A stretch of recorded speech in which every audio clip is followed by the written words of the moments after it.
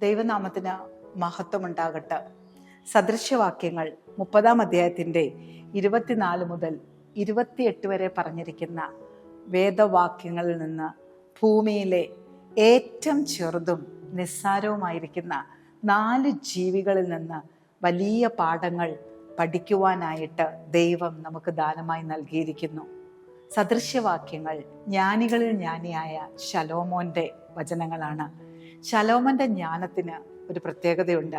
മറ്റാരുടെയും ജ്ഞാനം പോലെ ലോകത്തിൽ നിന്ന് നേടിയെടുത്തതോ പുസ്തകത്തിൽ നിന്ന് നേടിയെടുത്തതോ ആയ ജ്ഞാനമല്ല ശലോമോന്റെ ജ്ഞാനം. ദൈവസന്നിധിയിൽ നിന്ന് അഭയയാചന കഴിച്ച് ദൈവം ദാനമായി സമ്മാനമായി ശലോമോന് കൊടുത്ത ജ്ഞാനമാണ് ശലോമോന്റെ ജ്ഞാനം. അതുകൊണ്ടാണ് വേദപുസ്തകം അവനെ ജ്ഞാനികളിൽ ജ്ഞാനി എന്ന് പറയുന്നത്. ആ ജ്ഞാനികളിൽ ജ്ഞാനിയായ ശലോമോൻ സദൃശ്യവാക്യങ്ങൾ 30-ാം അധ്യായത്തിൻ്റെ 24 മുതൽ 28 വരെയുള്ള ഭാഗങ്ങളിൽ ഈ ഭൂമിയിൽ കാണുന്ന നിസ്സാരമായ 4 ജീവികളെ ഉപമയാക്കിക്കൊണ്ട് അവരുടെ ജീവിതത്തിൽ നിന്ന് ഒരു വിശ്വാസിക്ക് പകർത്തുവാനായിട്ട് ചില പാഠങ്ങൾ നൽകുന്നുണ്ട്. അതിലെ 1-ാമത്തെ വാക്യം ഇങ്ങനെ പറയുന്നു: ഭൂമിയിൽ എത്ര ചെറിയവനെങ്കിലും അത്യന്തം ജ്ഞാനമുള്ളതായിട്ട് 4 ഉണ്ട്. ഭൂമിയിൽ നിസ്സാരം, മനുഷ്യർക്ക് നിസ്സാരം, മനുഷ്യർക്ക് ചെറുത്, പക്ഷെ ആ 4 എണ്ണത്തിന് വലിയൊരു ജ്ഞാനം ദൈവം കൊടുത്തിട്ടുണ്ട്. ആ ജ്ഞാനം നമുക്കും ഗുണകരമായിരിക്കും എന്ന് ശലോമൻ പറയുന്നു. അതിൽ 1-ാമത്തത് ഉറുമ്പാണ്. ഉറുമ്പിനെ കുറിച്ച് പറയുന്നത് 25-ാം വാക്യത്തിൽ, ഉറുമ്പ് ബലഹീന ജാതിയെങ്കിലും അത് വേനൽക്കാലത്ത് ആഹാരം സമ്പാദിച്ചു വെക്കുന്നു. ബലഹീന ജാതി, നമുക്കറിയാം ഒരു ഉറുമ്പിന് എത്ര വലുപ്പമുണ്ട്, ഒരു ഉറുമ്പിന് എത്ര ശക്തിയുണ്ട്. മനുഷ്യനെ എതിർത്ത് നിൽക്കുവാനൊന്നും ഉറുമ്പിന് സാധിക്കുകയില്ല. പക്ഷേ പറയുകയാണ്, മനുഷ്യ, ഉറുമ്പിൻ്റെ ജീവിതത്തിൽ നിന്ന് നിനക്ക് ചിലത് പഠിക്കുവാനുണ്ട്. ഭാവിയെ പറ്റിയുള്ള ഉറുമ്പിൻ്റെ ഒരു കരുതലുകളാണ്. ജീവിതം ക്രമപ്പെടുത്തുന്നതിനെ കുറിച്ച് ഉറുമ്പ് പറയുന്നു. വേനൽക്കാലം കഴിഞ്ഞാൽ അത് ബലഹീന ജാതിയെങ്കിലും അത് വേനൽക്കാലത്ത് ആഹാരം സമ്പാദിച്ചു വയ്ക്കുന്നു.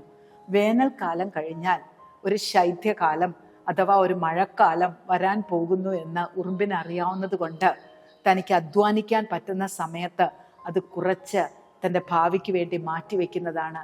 അങ്ങനെയെങ്കിൽ ഉറുമ്പിൻ്റെ ജീവിതത്തിൽ നിന്ന് നമുക്ക് പഠിക്കുവാൻ, ഒരു വിശ്വാസിക്ക് പഠിക്കുവാനുള്ളത് എന്താണ്?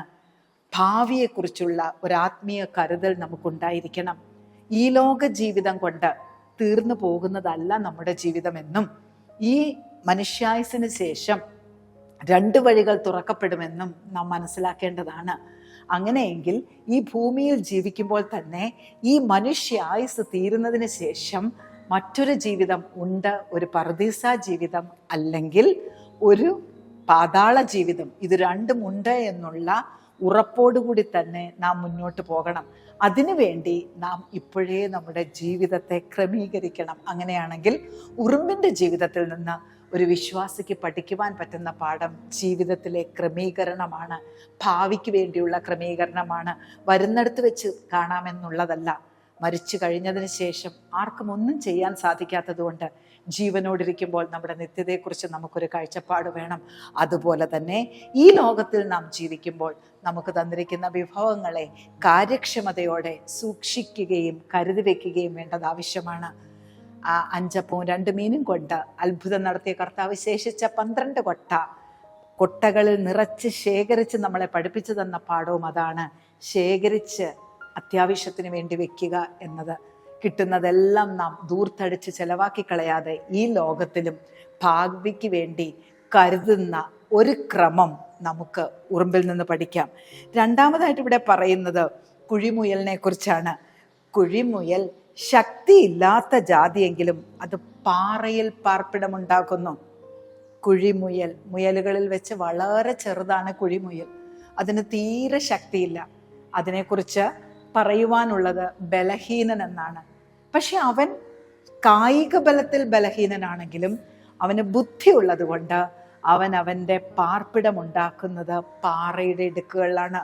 തന്നേക്കാൾ ബലമുള്ള, തന്നേക്കാൾ ശക്തനായ, ശത്രുവിന് വന്ന് കയറാൻ പറ്റാത്ത പാറയിൽ പാർപ്പിടമുണ്ടാക്കുന്നു.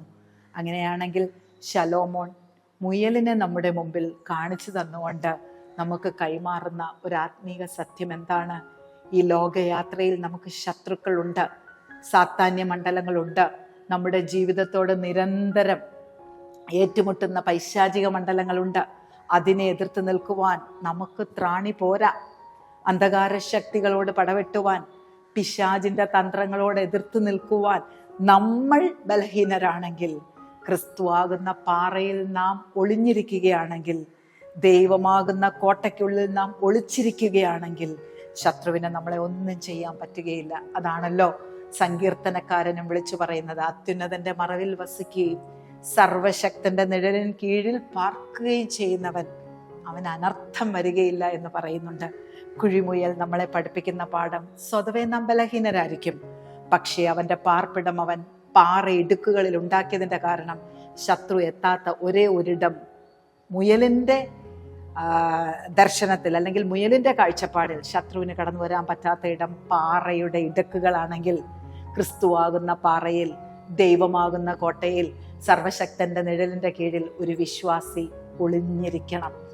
ഒരു വിശ്വാസിയുടെ വിശ്വാസ ജീവിതം എപ്പോഴും പണിയപ്പെടേണ്ടത് ക്രിസ്തുവാകുന്ന പാറയിലാണ്, മണലിലല്ല. നമുക്ക് ഒരു കോട്ടയുണ്ട്, ബലമുള്ള ഒരു സങ്കേതമുണ്ട്.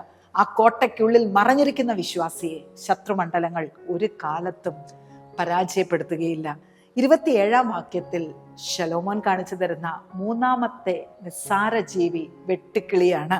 വെട്ടുക്കിളിയെക്കുറിച്ച് ഇവിടെ പറയുന്നത്, വെട്ടുക്കിളിക്ക് രാജാവില്ല എങ്കിലും അതൊക്കെയും അണിയണിയായി പുറപ്പെടുന്നു. വെട്ടുക്കിളിക്ക് രാജാവില്ല, ചെറിയൊരു ജീവിയാണ് വെട്ടുക്കിളി. വെട്ടുക്കിളി പക്ഷെ കൂട്ടമായിട്ടാണ് സഞ്ചരിക്കുന്നത്. എന്താണ് അത് നൽകുന്ന ആത്മീയ പാഠം? വേദപുസ്തക വചനത്തിൽ വെട്ടുക്കിളിയെ നോക്കി പഠിക്കുവാനായിട്ട്, ജ്ഞാനം സമ്പാദിക്കുവാനായിട്ട് ശലോമോൻ നമ്മളെ ആഹ്വാനം ചെയ്യുന്നു. അത് കൂട്ടത്തിനകത്ത് അഡ്ജസ്റ്റ് ചെയ്ത് നിൽക്കുന്ന ഒരു ജീവിയാണ്, കൂട്ടായ്മയ്ക്കകത്ത് നിൽക്കുന്ന ഒരു ജീവിയാണ്. അത് കൂട്ടത്തോടൊപ്പം അഡ്ജസ്റ്റ് ചെയ്തു പോകുന്ന ഒരു ജീവിയാണ്. കൂട്ടം തെറ്റിപ്പോയാലുള്ള അപകടങ്ങളെക്കുറിച്ചും അതിനറിയാം. അതോടൊപ്പം തന്നെ കമാൻഡ് ചെയ്യുവാൻ ഒരു കിങ് ഇല്ലാത്തപ്പോൾ, ആജ്ഞാപിക്കുവാൻ ഒരു രാജാവില്ലാത്തപ്പോൾ, ഓർഡർ കൊടുക്കുവാൻ ഒരു തലവനില്ലാത്തപ്പോൾ പോലും സ്വയം നിയന്ത്രിച്ച്, സ്വയം ക്രമീകൃതമായിട്ട് ആ കൂട്ടത്തിനുള്ളിൽ ജീവിക്കുവാൻ അതിനറിയാം. തന്നെ ആ കൂട്ടത്തിന് വേണ്ടി അഡ്ജസ്റ്റ് ചെയ്യുന്ന ഒരു സ്വഭാവം.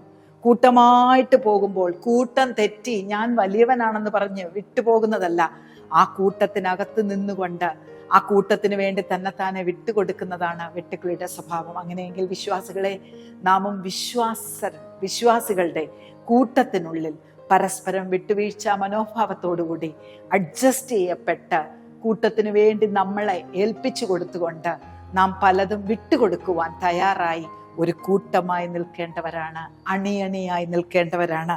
നാലാമത്തത് പല്ലിയെ കുറിച്ചാണ് ശലോമോൻ പറയുന്നത്. പല്ലിയെ കൈകൊണ്ട് പിടിക്കാം, എങ്കിലും അത് രാജാക്കന്മാരുടെ അരമനകളിൽ പറക്കുന്നു. കേവലം വളരെ ബലഹീനവും ചെറുതുമായിരിക്കുന്ന പല്ലി ഒരു മനുഷ്യനെ കൈകൊണ്ട് പോലും പിടിക്കാം. പക്ഷെ മനുഷ്യൻ എത്തിപ്പെടാൻ പറ്റാത്ത രാജാക്കന്മാരുടെ അരമനകളിൽ നന്നായി വിലസുന്ന ഒരാളാണ് പല്ലി. ഇതിൽ നിന്ന് നമുക്ക് ലഭിക്കുന്ന പാഠം എന്താണ്?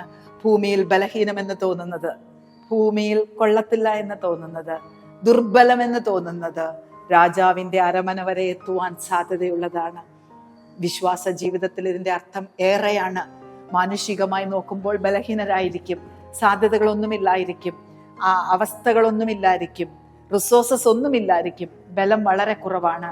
എന്നാൽ ദൈവിക പദ്ധതിയിൽ രാജാക്കന്മാരുടെ അരമനകളിൽ വരെ നമ്മളെ എത്തിക്കുവാൻ, ഉന്നതങ്ങളിൽ വരെ നമ്മളെ എത്തിക്കുവാൻ കഴിവുള്ള ഒരു ദൈവശക്തി നമ്മളോടൊപ്പമുണ്ടെന്ന് മനസ്സിലാക്കുക. പല്ലി നൽകുന്ന പാഠം അതാണ്. കൈകൊണ്ട് പിടിക്കാമെങ്കിലും അത് രാജാക്കന്മാരുടെ അരമനകളിൽ വരെ എത്തുന്നുണ്ട്. അതുകൊണ്ടൊരു ബലഹീനനായ വിശ്വാസി എവിടം വരെ എത്തുമെന്നുള്ളതിന് ഒരു അതിര് വയ്ക്കുവാൻ സാധ്യമല്ല. ബലഹീനനായ ഒരു വിശ്വാസിയെ ദൈവത്തിന് എത്രമാത്രം ആത്മീയമായിട്ടും ഭൗതികമായിട്ടും ഉയർത്താൻ പറ്റുമെന്നുള്ളതിന് യാതൊരു അതിർവരമ്പും ഇടുവാൻ നമുക്ക് കഴിയുകയില്ല. പല്ലിയുടെ പാഠം അതാണ് നമ്മളെ പഠിപ്പിക്കുന്നത്. അങ്ങനെയെങ്കിൽ ജ്ഞാനികളിൽ ജ്ഞാനിയായ ശലോമോൻ കുഴിമുയലിലൂടെയും ഉറുമ്പിലൂടെയും വെട്ടുക്കിളിയിലൂടെയും പല്ലിയിലൂടെയും നൽകുന്ന പാഠങ്ങൾ വിശ്വാസ ജീവിതത്തെ ക്രമീകരിക്കുവാൻ നമ്മളെയും സഹായിക്കട്ടെ. ജീവിതത്തിന് എപ്പോഴും ക്രമീകരണങ്ങൾ ആവശ്യമാണ്. ചില നിയമങ്ങൾ ആവശ്യമാണ്. അപ്രകാരം ദൈവം നമ്മളെ സഹായിക്കട്ടെ. വിജയികളായി തീരുവാൻ, വിശ്വാസ ജീവിതത്തിൽ മുന്നേറുവാൻ ഈ 4 ജീവിയുടെയും പാഠങ്ങൾ നമ്മളെ സഹായിക്കട്ടെ. എല്ലാവരെയും ദൈവം ധാരാളമായി അനുഗ്രഹിക്കട്ടെ.